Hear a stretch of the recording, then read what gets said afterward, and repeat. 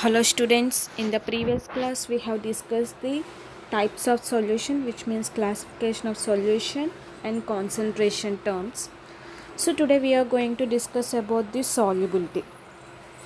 So generally we say that solubility is nothing but dissolve. Okay, so dissolve means what here?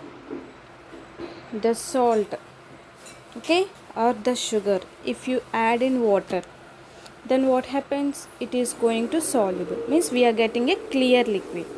So means what we can say here, that when we call it as solubility.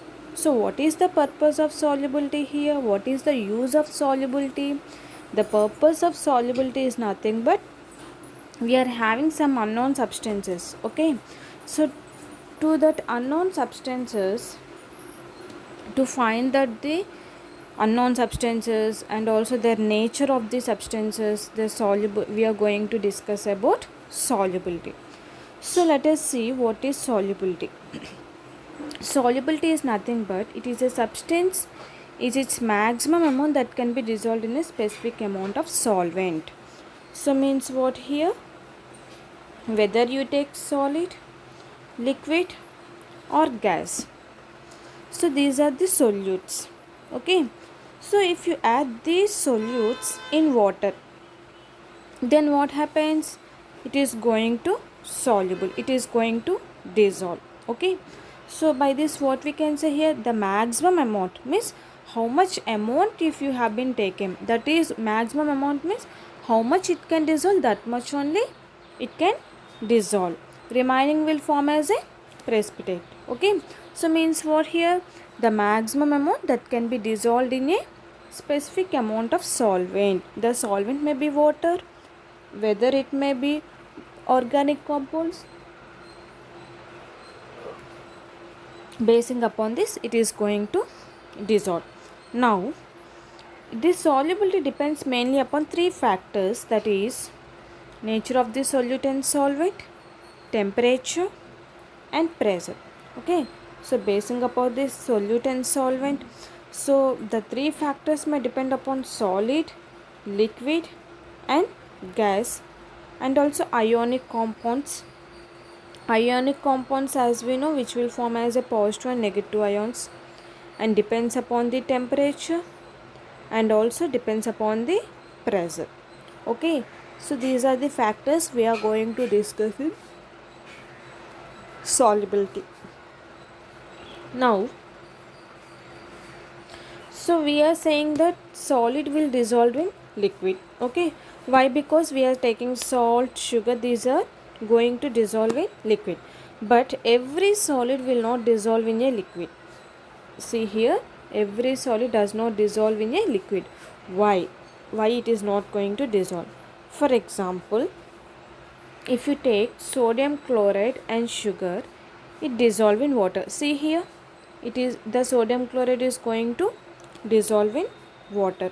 Okay, if you take naphthalene balls, so these are the naphthalene, anthracene, so this is the anthracene, this is the naphthalene, and it is going to dissolve in the benzene. Okay, so see here what they have given,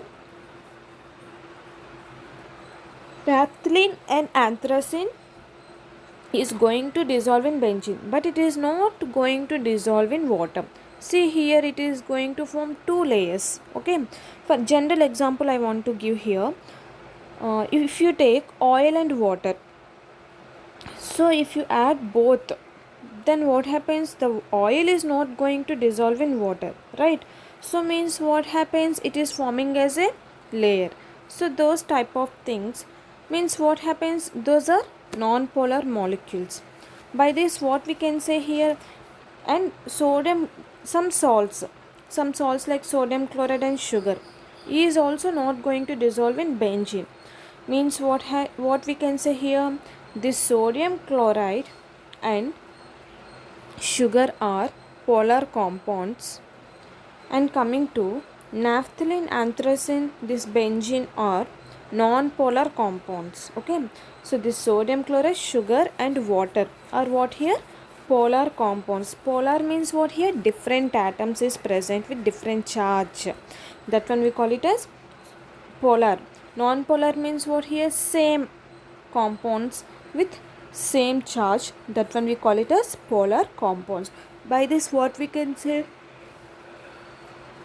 The polar compounds will dissolve only in the polar solute. These are solute, no, naphthalene, anthracene. If you dissolve in benzene means this is a solvent. Means the polar solute, the non-polar solute dissolve in non-polar solvent. The polar solute dissolve in polar solvent only.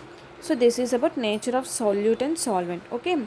So this is the reason we can say why it is not going to dissolve in water, why it is going to dissolve in water. Next one. So here we have observed, right? So what we have observed, polar solute dissolve in polar solvent only, non-polar solute dissolve in non-polar solvent only. So these are the polar solvents. So these are the non-polar solvents. So solubility means what we are getting here means, for example, here you are taking a liquid, right? So liquid is a gas. For example, liquid may be water. So if you add a solute here, what happens? It is going to dissolve. Means at the same time the solute is dissolving and it is undergoing intermolecular attractions. So it is going what here? Intermolecular attractions is nothing but what here? The force of attraction between the two molecules. So here these are two molecules. Suppose water is there, it is going to attract between these. Okay. So means what? By this what we can say? The solubility will look like dissolve like. So that's why we are saying what here? Like dissolve like. See here, a solute dissolving a solvent. We are adding a solute, it is going to dissolve in a solvent if the intermolecular interactions are similar in the two or more. So means what here? Intermolecular attraction is nothing but here we are having more number of atoms. Okay, it is going to dissolve. So this is nothing but like solubility of a solid we are saying. Next, so here when a solid solute is added to the solvent, so this is the thing, in a test tube when solid is added to the solvent, so then what happens? Some solute dissolves and its concentration increases in the solution. So we have discussed about the concentration. What is concentration? The concentration is nothing but here how much amount, means if at the temperature, for example if you take 100 ml, in this 100 ml water is there, so in this I have added 40 grams of solution. So what happens? It is taking 30 grams and remaining thing what happens? It is going to increase the concentration, that we call it as concentration. So here what I have spoken, when a solid solute is added to the solvent, so this is the solid added to the solvent. So some solute dissolves, means some solute is soluble. Afterwards what happens? After some solution it is going to increase the concentration. So that process we call it as what here? Dissolution. So means what here? For example NaCl, we are taking a solvent solute, so it is giving as a Na plus Cl minus. So this is dissociating into like this. So this is a water molecule we have taken. Okay. So here what happening? These water molecules are, after dissolving what happens? See, let us see. After dissolving, so what happens? This Na plus ions is interacting with here H plus ions and OH minus ions. So these are dissolving with what here? OH minus ions. In the similar way, this Cl minus ions is also interacting with H plus and OH minus ions. So see here what happening here? So this is after dissolution, means after dissolving, after the solubility, the concentration is increasing with Na plus and Cl minus. So this process we call it as what here? Dissolution. So what we can say? When a solid solute is added to this solvent, some solute is going to dissolve and its concentration increases in the solution. We call it as what here? Dissolution. Next one. So see here, some solute particles in solution collide with the solute particles and get separated out of a solution. Means what we can say here, for example, if you take a water, if you add solute, so how much solute it requires, that much only it is going to dissolve, right? So remaining solute, what happens, it is forming as a crystals.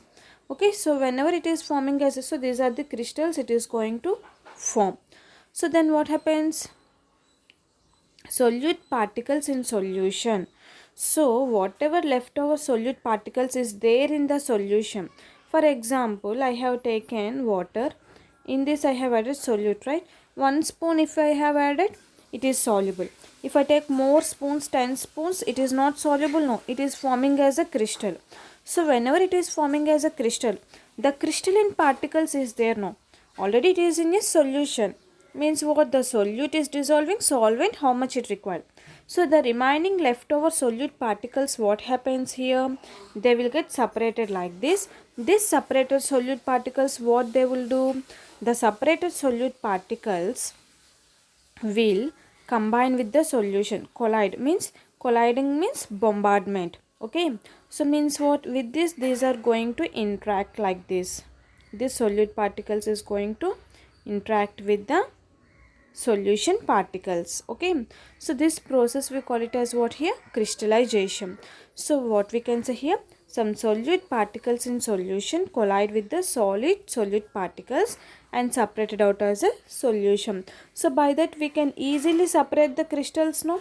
By removing the crystals we can get the solution. So by this what we can say here, for example, Na plus and Cl minus, it will give rise to NaCl. So these crystals will give as a NaCl. So this is nothing but what, crystallization. Coming to here, so we have discussed dissolution and crystallization. So there will be some stage. So I have said that what here, NaCl will give rise to Na plus Cl minus is nothing but dissolution. This Na plus Cl minus will give crystallization.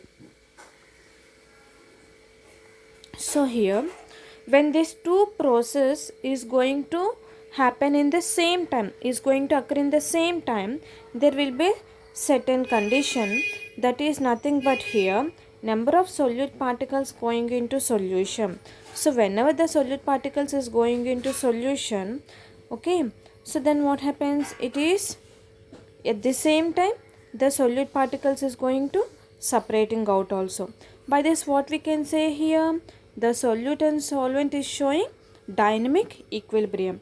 So the solute plus solvent we call it as solution now. So see here clearly, this is a solvent molecules, this is a solvent molecules. So this light particles we call it as solute particles.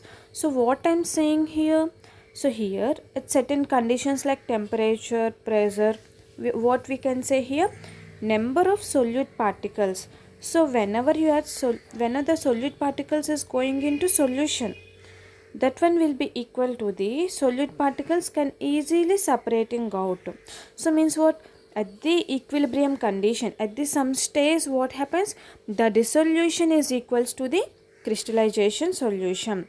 So means what, same time the solute is dissolving and at the same time the solute is forming as a crystal. So if you take a salt when you dissolve in water, so what happens when you are dissolving in water, it is what happening there. So if you take 1 spoon, it is dissolving. If you take 2, 3, it is also dissolving. If you take 10 spoons or 15 spoons, what happens, how much it requires, it is dissolving. And at the same time at the bottom, it is forming as a crystal, right? So that they happening in the same time, means the crystallization is happening and also the dissolution is going to happen. So this is nothing but nature of the solute and solvent. Okay, so we are speaking now nature of the solute and solvent, means what here, the polar solvents will dissolve only in polar solute, the non-polar solute will dissolve only in non-polar solvent. So then what happens here, at this stage the concentration of solute in solution will remain constant under the given conditions like temperature and pressure. So here, when gases are dissolved in liquid solvents also, same process is going to follow when gases are dissolved in liquid solvents also.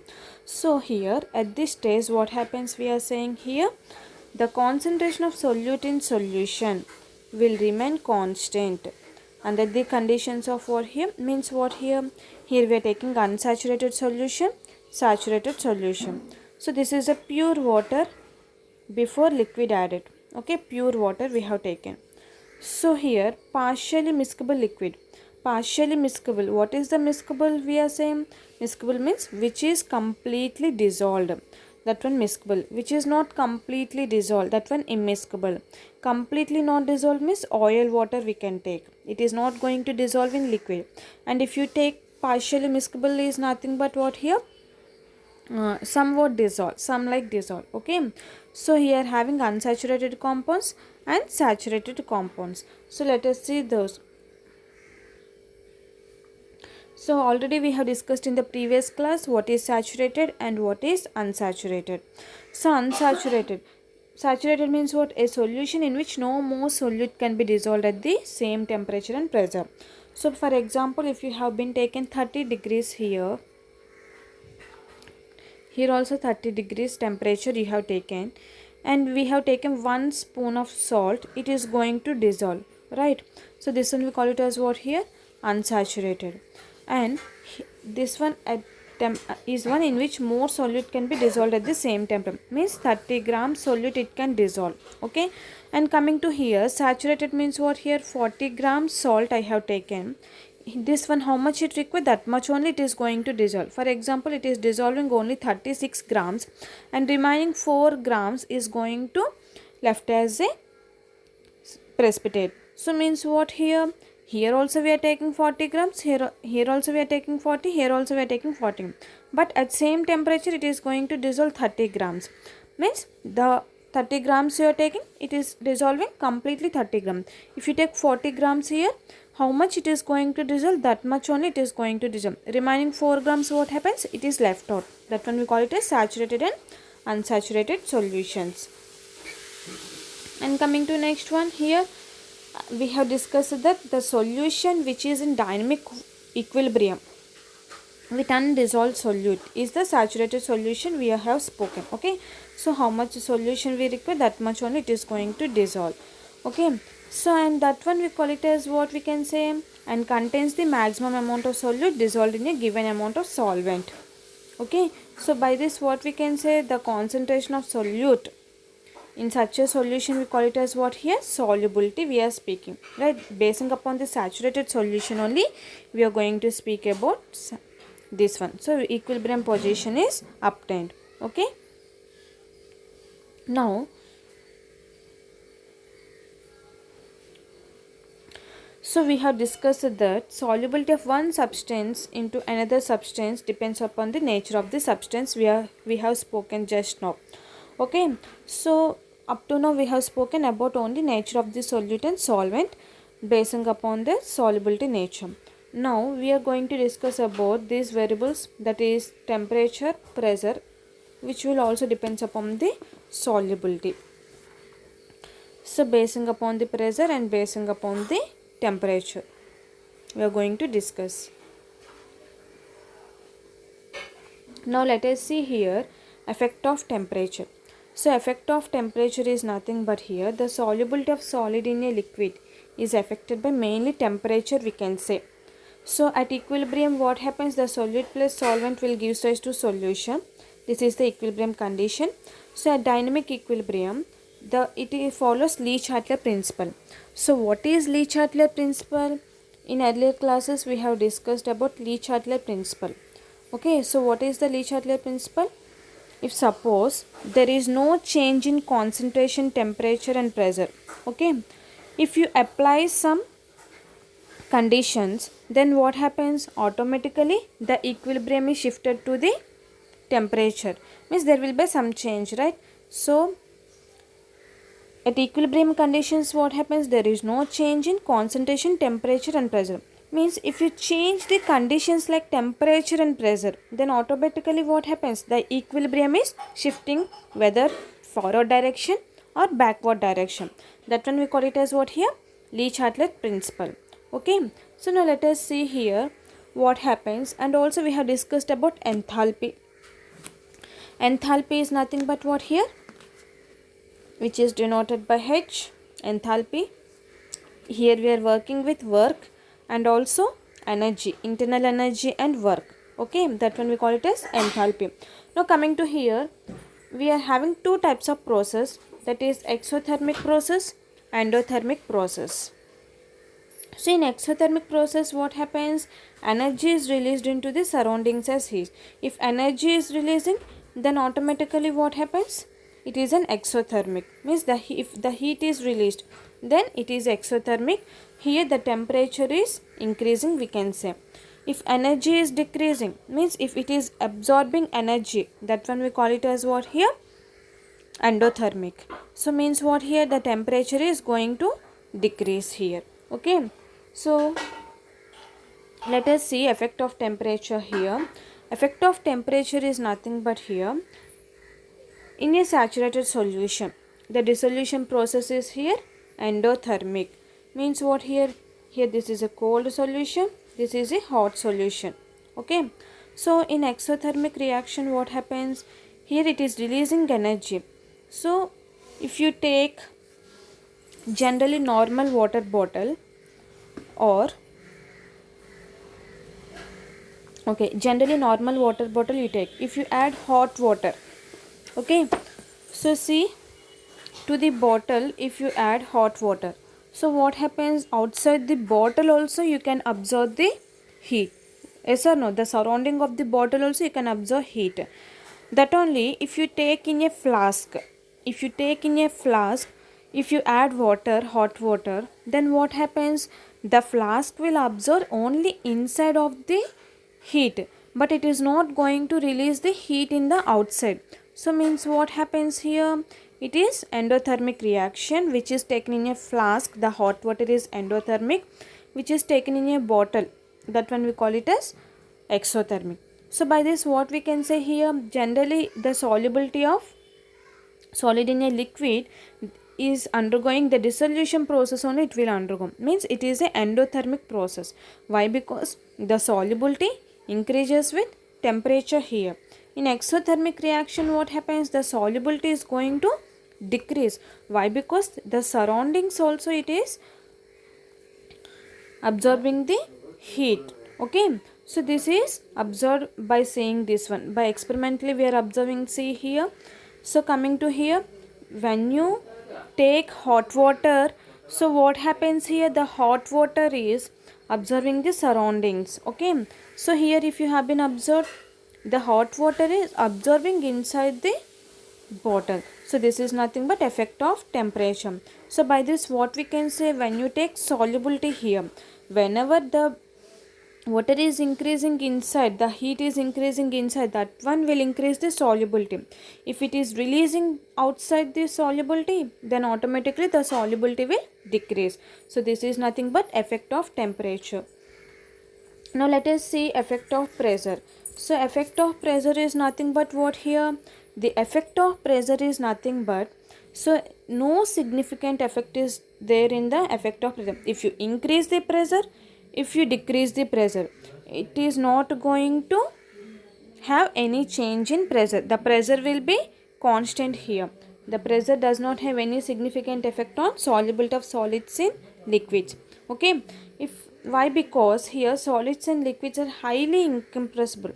Means what? If you take solid, so how the solid is? The solid is an orderly arranged molecules, right? So means what here? These are compressed, these are closely packed. So because of that reason, what we can say, if you increase pressure, if you decrease pressure, the pressure is not going to affect. So this is nothing but conditions of the factors affecting the solubility which is solid in liquid. In the next class we can discuss about gases in liquid factor. Thank you.